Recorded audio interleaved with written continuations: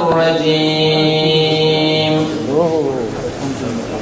بسم الله الرحمن الرحيم إن الله اشترى من المؤمنين أنفسهم وأموالهم بأن لهم الجنة يقاتلون في سبيل الله فيقتلون ويقتلون وعدا عليه حقا في التوراة والإنجيل والقرآن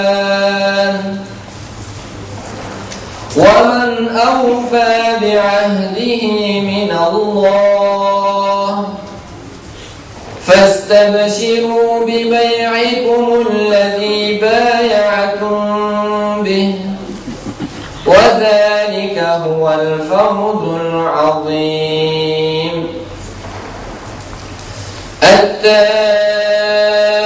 التائبون العابدون الحامدون السائحون الراكعون الآمرون بالمعروف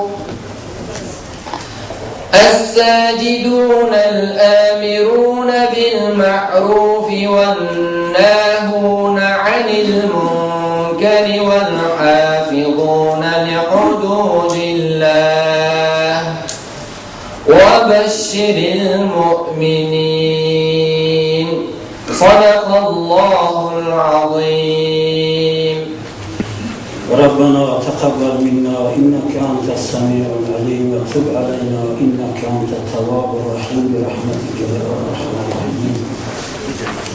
محترم برادران الإسلام السلام عليكم ورحمة الله وبركاته.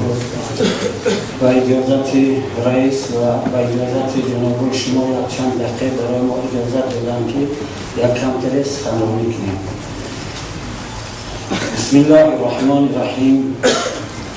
الحمد لله والصلاة على نبيه وعلى آله وأصحابه أجمعين. اما بعد برادران محترم من یک چند مقدمه برای تصدیق سخن مقدمه میگم بعد مقصد که چی است برای شما انشاءالله میگم. در دوره پیش وقتی غلامداری یک خطیب بسیار آدم بزرگ خوب است در وقت خطبهش غلاما کاغذچه نوشتن که امر معروف کردن ما را از غلامی آزاد کنن مولاهم. این خطیب کاغذچه را در طرف جای نماز است موعظه نکرده است. خلاصه چند جمعه گذشته است، از یک ماه گذشته است، این موعظه نکرد. یک ماه پس زیاد بعد خسته است موعظه کرده است. وقتی که موعظه کرده است چند بایها همون مولاها یک تاش 5 تا و 10 تا و 3 تا و غلام آزاد کردن. پس از جمعه غلام ها در صحن مسجد با همدیگر در آغوش گرفته خرسندی کردن و بعد گفتن که بیگاه رفته خانه شیخنده یا ما پول مالی نداریم هدیهش بریم یا تشکر میکنیم که ما را از غلامی آزاد کردن با واسطه موعظه شما. پس رفتن خلاصه که یافتن شیخ و بسیار یعنی تشکر کردن که به سر موعظه شما ما را آزاد کردن. بعد یک غلامش کم تا شوخرم بود است گفته است حضرت آخی یک باره دلکفر شدیم همون یک جمعه گذشت 2 جمعه گذشت شما دعا نکردید یک ماه گذشت او برادر میبخشید. وقتی که شما کاغذچه نوشته غلام نداشتم در این مدت رفتم از بازار یک غلام بوز بالای صحتی هنرمند خوب خریدم آوردم در در خونم او کار کردم زدم خواه عجب راحتی بود است. پس در حین همون راحت گفتم رفتم بردمش نزد قاضی و مهر پیچک قطعی آزادش کنم برای خلوت آزاد بدم. بعد در همون حاضر که موعظه کردم در همون سخنم که عمل داشتم شما را آزاد کردم. اگر پیش بگفتم آزاد نمیکنم چونکه نه غلام آزاد کرده بودم نه در همون سخن عمل داشتم. لیکن برادران محترم من درباره جوانان یک هم تا موعظه صحبت میکنم. شما را چه گفتم با طریق امر نمیگم، با طریق هم چون میگم امر معروف نیم، برای حق امر کردن ندارم شما را، نه رئیس نه لیکن وظیفه اسلامی ما چی میکنم؟ این سوال برادران تمام بزرگان گذشته ما از فردوسی و جامی و سعدی و بیدی و چیزی که باشند ما حاضر از قفای همه رفتیم تاجیکستانی و همه تو معلومه تمام پروفسور رو میبینی از بیدی و سعدی و چی گپ میزنه تکیه‌گاهش همه تکیه‌گاه همه تربیه اسلام قطعی به همون درجه رسیدند. این سال یک خرسندی در من پیدا شدگیه، خرسندی همین که تربیه فرزنده را در دوش پدر و مادر گذاشتن. بسیار خرسندی آوره. اینجاست ما و شما حق داریم که آشکارا فرزندان را درس اسلامی بتیم. آشکارا حق داریم چون که وقتی که میخواهد دولت که فرزندان ما تربیهش کنیم بدون تربیه اسلامی فرزندان ما تربیه نمی‌یابند. بدون این نمی‌یابند.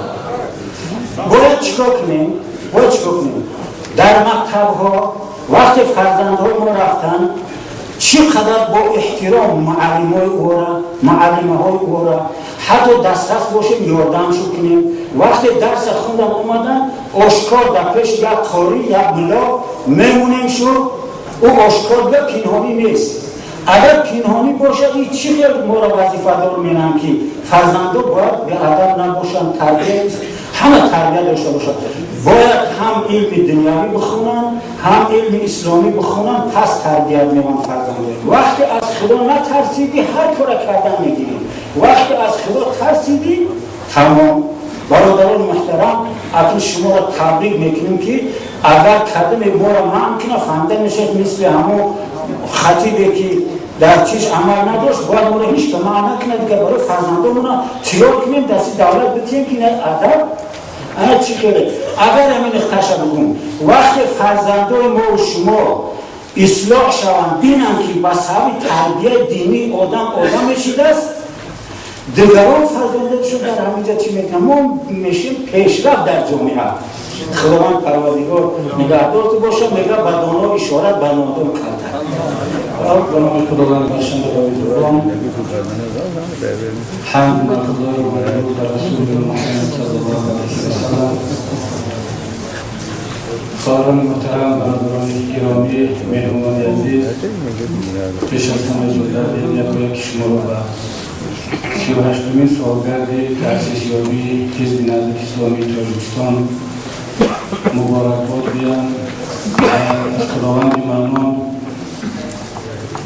برای مؤسسین این حرکت و همه کسانی که در پهلوی ایشان زحمت کشیدن جان خود را از دست دادن. از خداوند ممنون جنت الفردوس رو تمنا نمایم و به یکایک شما اعضا طرفداران حزب مخلصان و جامعه کشورمون صلح و آبادی و پیشرفت را از خداوند تقاضا کنیم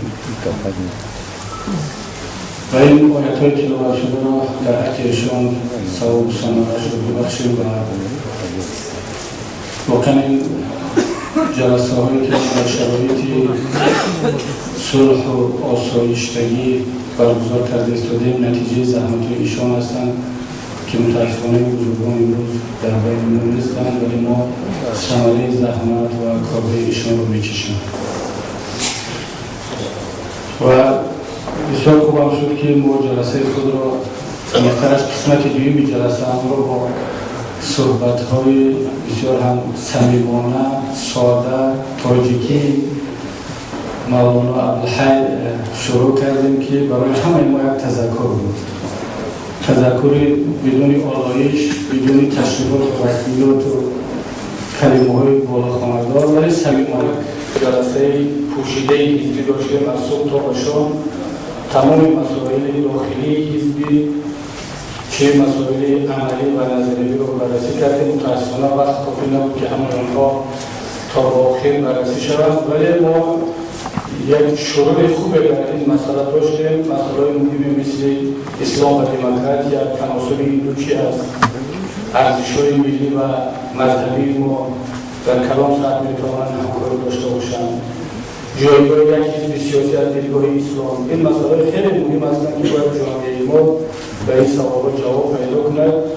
ما نمی‌بینیم که دیروز ما به این سوالات جواب پیدا کردیم. ما بحث داخلی حزب را دیروز شروع کردیم. جواب میتواند در طول سال یا سالها به دست بیاید، ولی برای ما مهم است که این روند آغاز شد.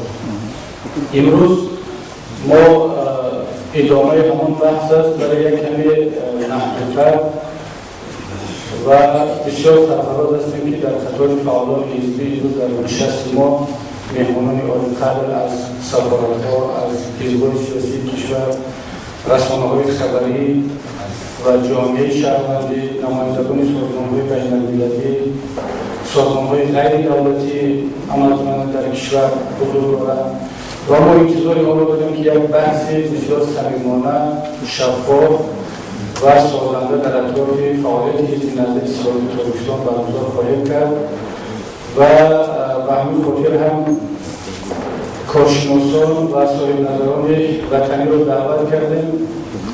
البته اگر ما بخواهیم که همه کارشناسان و صاحب نظران ملی ما را در این صحنه جا بگیریم برای صحبت کردن، شاید که نیمی تالار هر دولتی به این صحنه دعوت شد. ما رو با کمال میل و احترام خواهش میکردم که به صحنه استادان رشید غنی عبدالله، پروفسور ابراهیم عثمان، استاد عبدالله رهنما، دوست خیلی گرامی و مؤسس هفته‌نامه نگاه آقای سعیدالدین دوستو، خواهر زنوار رحمانی و برادر ایران‌فر عزت امان و نمایندگی از کارشناسان و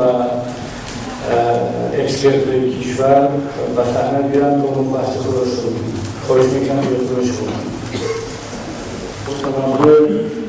آقای سعیدالدین دوست گفت که باید در موضوع و سایت اخبار عامه و حزب نهضت صحبت میکردن.